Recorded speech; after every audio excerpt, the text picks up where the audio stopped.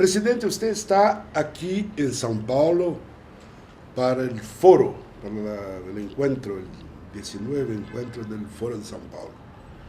Y el foro que fue creado en el año 90 fue uno de los instrumentos que contribuyeron para que muchos grupos guerrilleros que estaban combatiendo se incorporaran a la vida política de los países. Y me parece que el ejemplo más elocuente es de El Salvador, de ustedes, del Frente Farabundo Martí. ¿Cómo es que usted explica, cómo se explica que un país con una tradición tan conservadora como El Salvador haya elegido, después de 20 años de gobiernos neoliberales, gobiernos de derecha, haya elegido un presidente con tanto suceso cuanto Funes? Mira, quizás un poco explicarte nuestra vinculación con el Foro de Sao Paulo. Nosotros somos de los fundadores, fuimos con el Frente Sandinista, con el Partido de los Trabajadores, con el Partido Comunista de Cuba y otros, el Frente Amplio. Pues veíamos que era necesario juntar a la izquierda, es decir, la unidad de la izquierda latinoamericana era fundamental para terminar con una etapa que había entrado en un momento difícil. Lo difícil era que pues toda la situación del muro de Berlín, los sucesos en la vieja Europa, la caída del socialismo. Entonces eso generaba de que en muchas partes pues se generara la opinión de que ya no había posibilidad de ninguna lucha. Que la izquierda estaba huérfana. Sí, sí, porque nosotros tomamos las armas porque se cerraron los espacios en El Salvador. Nosotros luchamos, primero fue una lucha social desde los años 60, y en los años 70 pues participamos en los partidos políticos. Hubieron dos esfuerzos que las fuerzas de izquierda y progresistas habían logrado ganar las elecciones, y siempre se imponía el fraude por las dictaduras militares. Y eso abrió un camino. O sea, que nosotros, lo primero es que tomamos las armas, pero no eran las armas en sí, sino que eran nuestras ideas de llevarle a la sociedad salvadoreña una sociedad democrática, una sociedad en que los ciudadanos salvadoreños pudieran tener oportunidades, los campesinos. En eso el Frente se parece un poco con la trayectoria del PT. Que el PT, Lula perdió 4 elecciones antes de elegirse presidente, como ustedes. Claro. Él perdió 1 para gobernador y 3 para presidente. Y aquí también el PT empezó a ganar por los municipios, por los estados.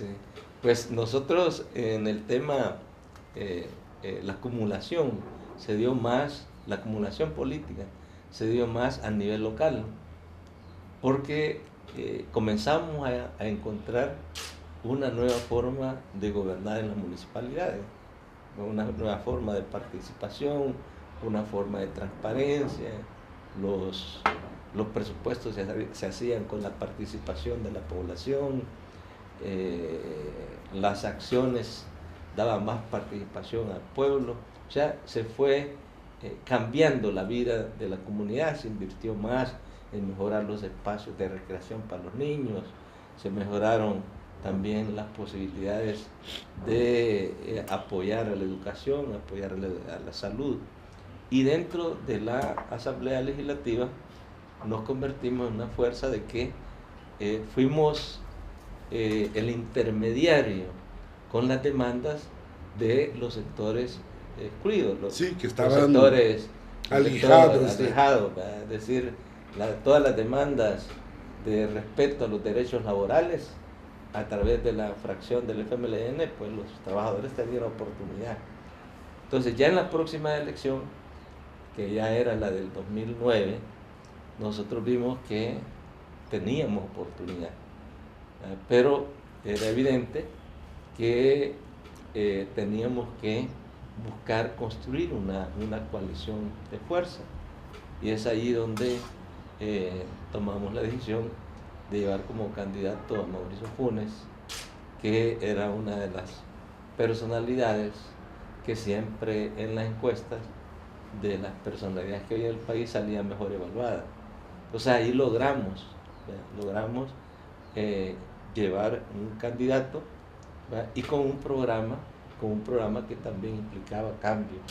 Entonces por eso yo en la intervención que tuve en el foro le dije a Lula, ¿te recuerdas que en el 96, porque él en el 96 estuvo en el foro de Sao Paulo en San Salvador, y la consigna era construyamos la esperanza? Entonces esa consigna fue la que nosotros usamos. Sí. Y curiosamente la frase que Lula pronuncia cuando gana la primera elección es la misma que Mauricio: la esperanza venció el miedo. Sí, sí. Y nosotros utilizamos como eslogan. Como eslogan, viene el cambio, sí, viene la esperanza. Pues aquí en Brasil se acostumbra a asociar el prestigio adquirido por el PT y por Lula a varios factores, pero fundamentalmente a una política de inclusión social con la Bolsa Familia, la Beca Familia. ¿Cuáles son los puntos de su gobierno, del gobierno liderado por Mauricio, por el presidente Mauricio Funes, que se podría resumir como el instrumento de esta fuerza que ustedes adquirieron para tener Funes como el presidente más bien evaluado de América Latina? ¿Qué es? ¿Cuáles fueron los puntos que dieron este prestigio a tu gobierno? Mira, primero fue tomada la decisión, dos decisiones fueron importantes. Primero era que había que dignificar a los sectores excluidos. Entonces el gobierno tomó mucho el concepto de incluir, de inclusión, un gobierno inclusivo, y se aplicaron políticas hacia la mujer, políticas hacia los jóvenes, políticas hacia la niñez, políticas hacia los discapacitados, políticas hacia los adultos mayores. Y la otra fue de invertir en educación y en salud como los dos ejes fundamentales. Y comenzamos a implementar el primer programa de garantizar que ningún niño, ninguna niña dejara de ir a la escuela, que fue un eslogan de campaña. Un eslogan de campaña que Mauricio ofreció, y les decía a los padres: mira, ninguno de tus hijos ahora vas a tener ningún motivo para mandarlo. Te le vamos a dar zapatos, te le vamos a dar uniforme, te le vamos a dar útiles escolares, y vamos a ampliar la alimentación escolar, que estaba solo para lo rural, lo vamos a ampliar al urbano. Además de los programas más exitosos, también tiene que ver con ese cambio, que la población ha comenzado a cambiar, ha visto que hay cambio en El Salvador, sí, a partir de que lo social es lo prioritario en el país. O sea, no puede existir desarrollo económico sin un desarrollo social. No puede haber desarrollo humano sostenible, por usar un concepto, sin la necesidad de invertir en lo social. Así que el programa más exitoso que le ha dado el prestigio, sí, y le sigue dando el prestigio al presidente Mauricio Funes, es el programa dedicado a la niñez, sí, que es el paquete escolar. Bueno, usted debe saber que América Latina está mirando con mucho interés las elecciones de El Salvador, no solamente por todo lo que significa El Salvador para el continente, pero sobre todo porque usted va a disputar la elección con un candidato que es declaradamente comprometido con tesis neoliberales, ya fue presidente de la República.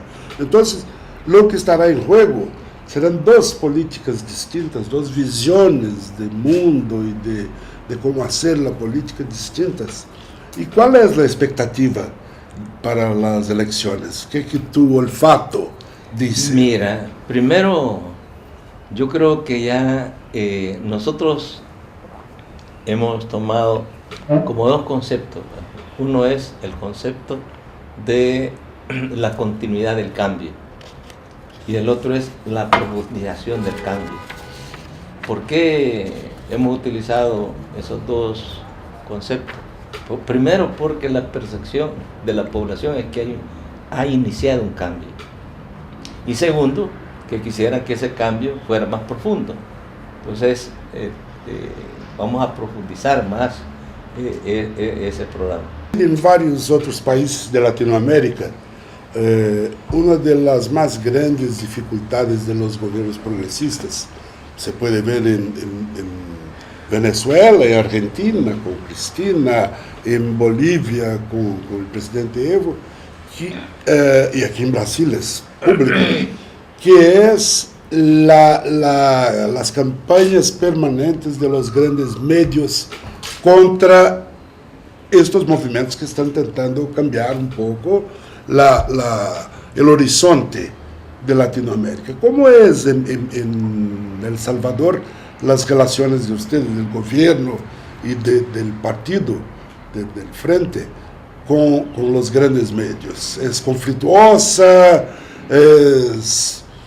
¿Cómo se administra esto allá? Mira, en El Salvador, pues nosotros estamos tratando de usar todos los medios de comunicación, diferentes medios de comunicación. Allá también hay una red de medios alternativos, sí, como son radios, ¿verdad? Y hay también algún periódico, un periódico que es más vinculado a la izquierda, aunque su tiraje es poco. Y en la derecha, pues nosotros hemos tratado de incidir en ellos. Hemos tenido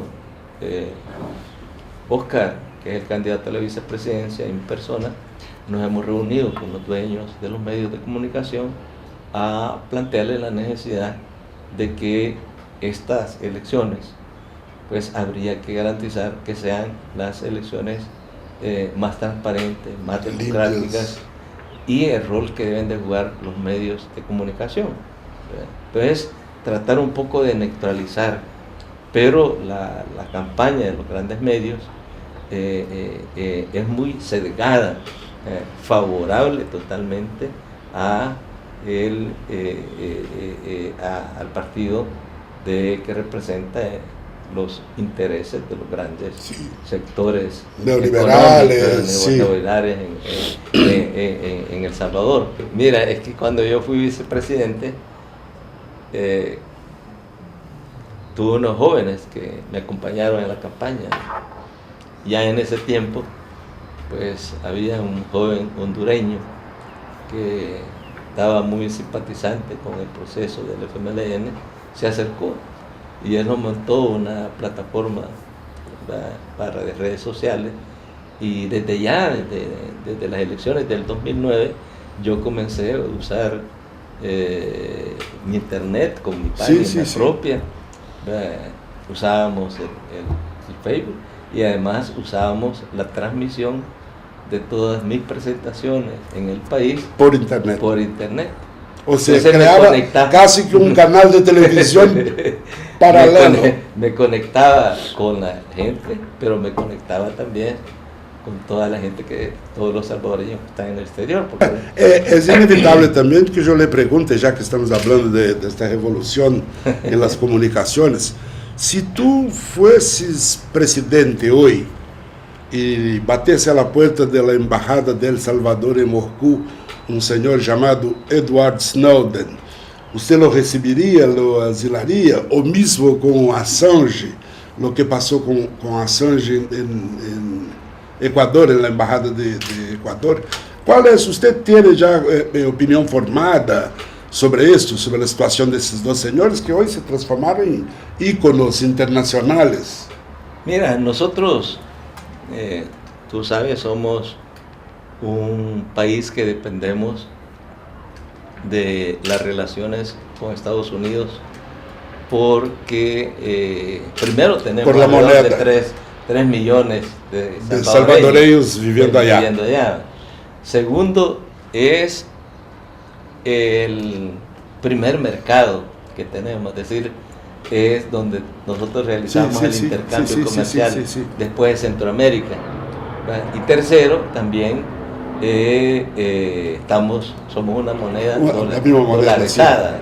O sea, ellos tienen la posibilidad, si quieren. Pero nosotros hablamos cuando hablamos del tema de las relaciones diplomáticas, estamos planteando un tema de que las relaciones deben de estar en función de los intereses de la población, de los intereses de la población. Claro. Eso no quiere decir que por todo eso tú te vas a someter a una política que imperialista y que golpea a la población. Golpea a la población. Y en ese sentido, yo creo que ahí se está ejerciendo un sobrepoder de un imperio en el cual pues está observando a todo el mundo, es decir, está violando la intimidad de las personas. Sí. Hoy los países, independientemente de orientación política, ideológica, sufren una lacra, una tragedia que es la cosa de las drogas. Todos los países. Você vai de Patagônia a Austrália, de Estados Unidos a Sudáfrica, é um problema internacional. E nos últimos anos empieza a haver aparentemente um cambio em las políticas. Uruguai acaba de aprovar a legalização da marihuana. Aqui em Brasil, um político conservador como el expresidente Cardoso está públicamente comprometido também com a legalização da marihuana. Porque há países que sofrem porque são produtores, países porque são consumidores e outros porque são passo de la droga. Você tem opinião já formada sobre essa questão que está um pouco aí tocando todos os governantes, que é a questão das drogas, se a política repressiva que se utilizou até agora sigue sendo la más adecuada o no? Mira, tú has dicho que hay 3 dimensiones con este tema de la droga: los países productores, los países consumidores y los países que somos tránsito. Es decir, aquí pues el Brasil país, y El Salvador. El país es consumidor en Estados Unidos. Y los que sufrimos, ¿verdad? Porque allá no se actúa contra ellos, los que sufrimos somos los que somos de tránsito, que es donde el problema es más grave. Entonces, para mí una de las políticas debe de ser cómo enfrentar eso. Nosotros en Centroamérica, dentro del SICA, que es el proceso de integración centroamericana, uno de los temas a abordar es el tema de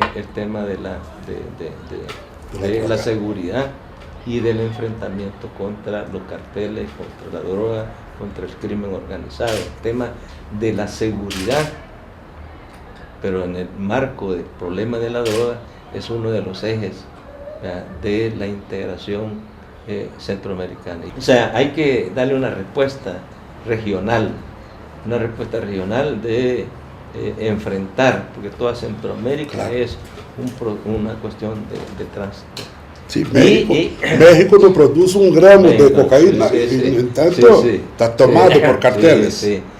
Y segundo, en El Salvador, nosotros creemos que las principales acciones deben ir contra el crimen organizado, es decir, ese crimen que organiza el paso de la droga y además, producto del paso de la droga, organiza a los jóvenes para que ellos sean los que amplíen el mercado de drogas en cada uno de nuestros países.